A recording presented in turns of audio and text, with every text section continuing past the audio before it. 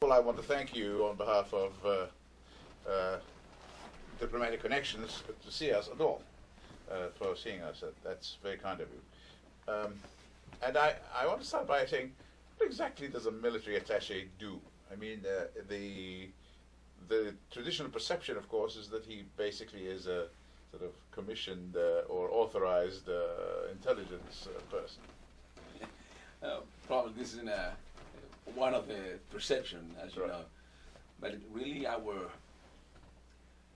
main job in any places as a military attaché, we represent the armies in the country that we related in order to have some more connection for the training, military relationship, exchanges for officer and non-commissioned officer, to create the build how we connect more in the defense policies and our government want to do in the countries that we have relationship.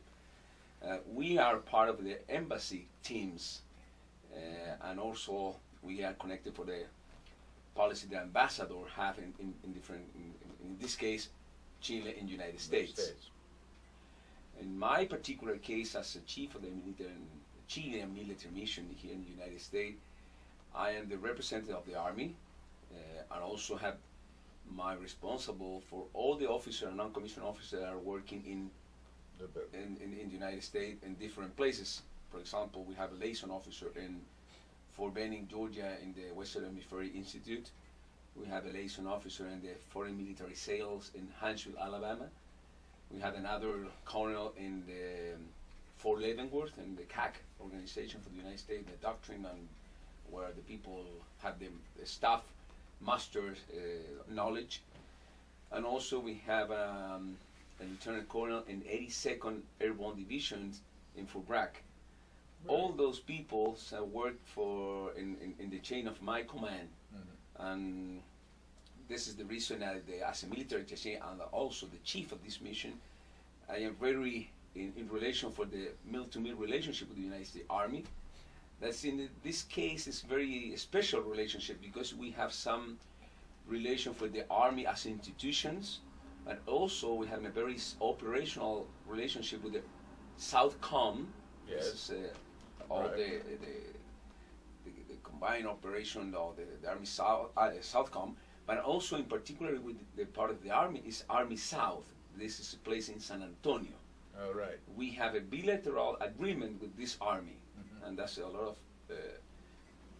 bilateral meeting and different technical seminars or technical support in different way. Well, that exactly is what I was going to. You have bilateral talks every year with the U.S. With your U.S. military counterparts. Exactly. And last year, after these talks, Colonel Fernandez, who was one of the people there, was quoted as saying, quote, "There are key issues that must be discussed." Could you give me some idea of what these issues actually are? Yes, well, actually we are very close for the next meeting in the last week of October and the 1st of November. It will be in San Antonio this year because it's every year we have one in Chile, one is in the United States. But one of the key issues that we are talking about is special to working together and how we can build more professional relationship to see how to react, for example, in disaster relief, and to create forces that we are more ready to respond in our countries, how to resolve this emergency. That is, you know, Chile has a lot of sometimes no good experience about how to face this phenomenon for the disaster. But at the same time, there's some opportunity for the Chilean armed forces to learn about how to react because we have a lot of earthquakes, and the last one was a big one, with tsunami, and this is not new because it's a long time Chile has this kind of event.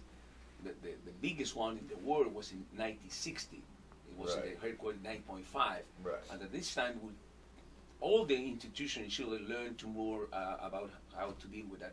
And what is the key issue that is in the bilateral talking? We are trying to build more relationship about that. Is The other thing is, last year the Chilean armed forces made major arms acquisitions. I mean, you were really on I would say, a buying spree. F-15s, F-16s from the United States, tanks, I believe, from the Netherlands, ships from Britain and somewhere else, I forget where. And the what was the main purpose of this? I mean, you're the chief of your military General Fuente Alba. He talked about transforming Chilean armed forces. Is that what is happening? Is this a period of transformation? Well, the transformation for the Chilean armed forces occurred the last 8 years. This is a process, you know. This transformation is not for the 1 year and another. Right. This is the period, at least 10 or 15 years. And that's the reason you mentioned there are some new equipment that they renew the old stock for the Chilean armed forces, the new aircraft and some chips and new tanks from Germany, and also we have a project that just finished with the United States based system, with the artillery M109. This is an old ones, but we renew, we an update here in the United States. But the main purpose for that is to put the forces in actually in technology, and because we have a white book for the defense, it's open for all the people, and in their book, in this book, we define what is our purpose for defense policies and what is our interest in to promote peace in the region, but also to protect our interests inside the country, and also some interests we are working in, for example, Haiti, to extend our interest in promoting peace in part of our continent. As any state, they need to have armed forces to protect their own interest, and we are very convinced about that. We have an force in according with our economy and our people and our state interest. This is the need to have a force ready to respond in any case, even in this kind of natural disaster, because we don't have National Guard as the United States have. We have sometimes both tasks. The forces that need to very flexible to respond in different kind of those things. This is I'm sorry. As for example, it's a typical example when you said we have fire for said in English los bomberos firefighters. Yes, right. If you have firefighters to prevent a fire, it's important you have all the equipment ready every time, right? Not after the fire, because if you shoot or look the element after the fire, it doesn't work. It doesn't make sense. And that's the reason we are working to have the armed forces in all the equipment in accordance with our economy and the state of the country are. Right. Well, actually, what I was talking about was F-16s, which is the combat planes. Right. Right. Which you bought from the United States, I believe. Yes. Right. And the United States and Holland. And from Holland. That was what we got from Holland. Well, it's let's have a sip. Well, what is the actual size of the Chilean armed forces? The armed forces is it's an army. I think it's the biggest force in order for the people in Chile. I think it's typical from any places. The army is more bigger in soldiers, and Navy and Air Force. We have three forces. When I say how big is in order for how to protect the country, and people is more than 2,000 people in total. The three forces, three branches. 2,000? 2,000, yeah.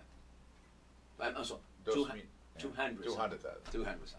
The army is 38,000 people in active duty and professional, and also we have some part of the conscriptions or draft system. I see. You do have a draft system. We have mixed. We have some professional soldiers and also in the small part of the draft and conscript system. I see. And compared to the other countries in the hemisphere, is it a large army? I mean, is it the biggest or the? No. We are not the biggest, not at all.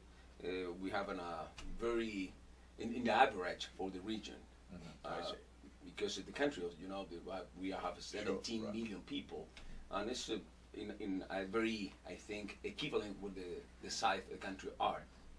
But you've never. I mean, Chile hasn't actually been to war for since the 19th century, right? Exactly. I mean, you may well have come close to it, I would imagine, during the Beagle problem, when I think both yourselves and Argentina were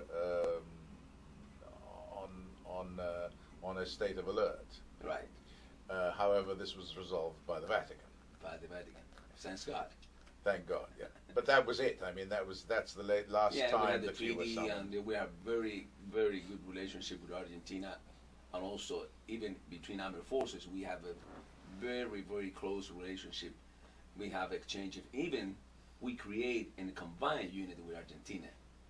We call Cruz del Sur or South Cross. Right. This is a combined unit we are ready to use under the United Nations mandate, and it's.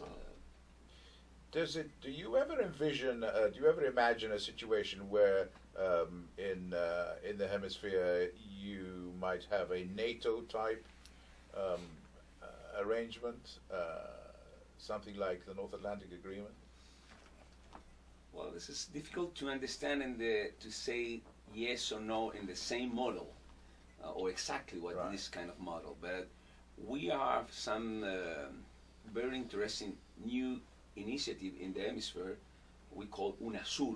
Yes. And on this umbrella we have some talking about the defense agreement, and they create a board for all the ministers of defense to talk how we work more together in order to face the new threats that were around the world, for the typical or non-typical conventional threat that the world face today. As you have here in the United States, the terrorism, narco traffic, and illicit drugs, and all that kind of stuff. Do we have some initiative in order for this umbrella, the UNASUR, and also in OES? There is some topic about that. We have some organization as the International American Board, the International Defense American Board, that is 22 countries together work with OAS to advise in military and security issues. Is there, for UNASUR, is there a particular headquarters somewhere, or is this done on an ad hoc basis? UNASUR have some pro-temporary presidencies, and they're moving in the country. But we have some permanent defense organization in Buenos Aires. Right. This is the place where we have some. Well, I mean, for Chile today, who is the enemy? Well, the enemy, I think, for the countries, in particular Chile, the enemy is how to face and to defeat the poor, and how we moved from the underdeveloped country to the developed country. We are facing very, very close to move forward as a more developed country. We have very good indicators in the economic side, in social and cultural, that we are very close to face or to move forward in this new area. Our president, and if you read the newspaper, and the government said probably have a very, very good opportunity to, in the next 10 years, we have probably go up for these developed countries. And I think this is the most important fight today, all together, all the institutions in Chile, how we move forward to defeat the poorest, the people that live sometime in order in the condition that we want to do, or we want to give those opportunity in the education, culture, and the more well living. Well, how does the army contribute to that? Well, the army, I think the best important contribution is to give security for the development. Any organization need, that's the basics, the security for to work, for to live in peace, to create the best opportunity for the investment or investors go to Chile because your country is safe, is in order, all the institutions work very professional, and that's the armed forces in order to give all this environment to protect, give safety, give confidence, and that's the reason we think in the last 10 years we are move more in order to show this kind of intention. And also, as you mentioned, 100 years without in peace, is that part of the armed forces are very efficient in to protect and to avoid any kind of contingency. But at the same reason, you need to stay ready and prepared, because the deterrence is working when you have an forces credible, efficient, and sizable. But although you had no war, of course, you have had internal disturbances, an internal upheaval, which has relatively recently been resolved, and you have now completed your transition to democracy. This transition had implications for the army, for the armed forces. How did the Chilean armed forces make this transition and how can I say, and liberate itself from the reputation that it had, for being associated with the previous regime? Well, as you know, Chile has a new democracy, right, for the last 22 years. Well, that's right. And the army forces, I think, have a very key role in this process. Mm-hmm. After the 80s, the 90s, the same armed forces that were in power give the power for right. the political parties in order after the free election, when we move for the new area in democracy. I think was the best the best example for how the armed forces assume the new roles in this new period for the democracy. We are very conscious we are under the political mandate. We are apolitical forces. We are under the Ministry of Defense and our President, the Chief of State. And we are working very close for the community, and we are very transparent in to move for our role in the country, in this part of the area. Chile has a very long democracy history. Absolutely. And the armed forces are working very close every time with all this process. We understand we are part of the state, and we are part of the government in charge to run the government. And I think we feel very comfortable for our role in this democracy state. And I think also the population give us a very good answer, because in the polls we are probably the third or fourth institution more valuable in the country. I see. And this is very important for us. And we are put a lot of effort to put more emphasis into our professionalism and our task as forces to promote the peace and also to support the population. Right. So we are part of the population. One of the interesting things about Latin America today, as I'm sure you know better than I do, is that while Europe and the United States are struggling with coping with the recession and with the economic problems, Latin America as a whole is the untold story in this, because it is generally more prosperous and free of the kind of crises that we are facing here. In general, I mean, what sort of future do you see for your continent, for the hemisphere? Well, it's a very interesting question in the economy side of the conversation. But I think our continent, in general, Americas, all, Canada, United States, Mexico, Central America, and South America, all the countries, I think, in my personal opinion, have a very good chance to move to create the best condition to our economy's growth and more healthy, because in general our country has the country that we call emergency economies. Right. They're more in order. They grow every year at least an average of 3 or 4 or 5%. And that's the reason I think we have moved more the root economy into create more technology, manufacturing technologies, and I think we, in my opinion, have a very clear future for the next generation. And in particular in Chile, we have a very open free market for almost 30 years ago. Absolutely. We decided we are a small economy, but we said, well, if we want to stay in the markets around the world, we need to open our economy. And that's the reason we did that 30 years ago. That's the reason we are more comfortable, more prepared to face this kind of environment. And I think we did a very good job in order how to face this new era of the free economies. What is your relationship with China? Well, we have a relationship I mean, as military. Yeah, political and military. We have a long time relationship with China. And during the whole 30 years or 40 years ago,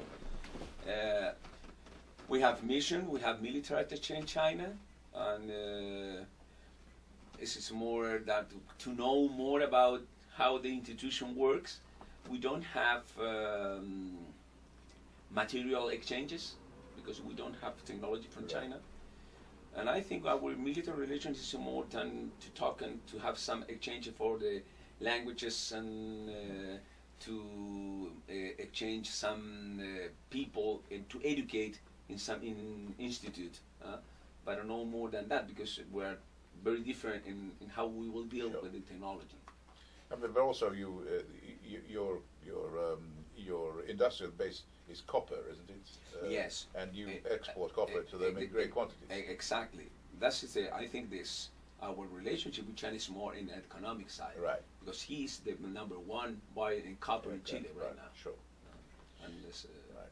Well, let me just ask you a final question, and that is, I know you know, obviously your relations with the United States are pretty good, and you have these regular contacts. I think it is, 4 countries in Latin America that have this annual bilateral, yourselves, Brazil, Colombia, and somebody else, and I can't Salvador and Chile. Salvador and Chile.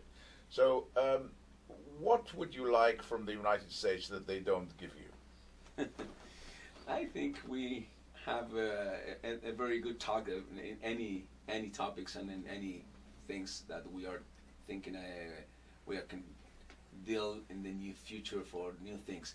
And I think what's the most important for the future is how to create more understanding to cooperate each other to respond for disaster relief, for example.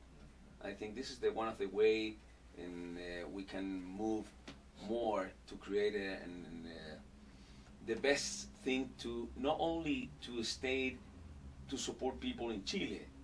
Right. If not, probably we have some ideas to support in other places in the region with our knowledge, with our United States equipment, to working together. I mean, is this a plan?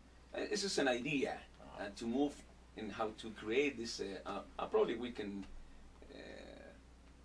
talking to create a plan to do that.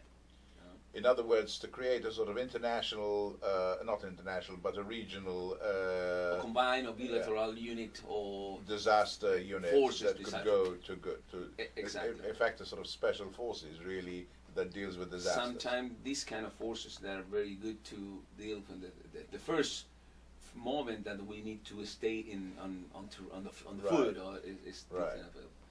and also I think the exchange technology, because in Chile have a very good smart young people to Right. work in new things, and we have some very interesting project with the United States Armed Forces and to create these kind of exchanges. For example. For example, how we deal with the very high altitude behavior for the human life. Right. Because we have a lot of experience in the very high altitude Chile, unit. yes, of course, yeah. And also how we deal with this very special geographic phenomena as a earthquake or tsunami. Right. We designed a very good landscape and some software to create some, no prevention, but to see more in detail what happened with the risk areas. And, I see. Yes. Oh, really? Yeah. That's interesting. Well, that's. Thank you very much on behalf of Diplomatic Connections.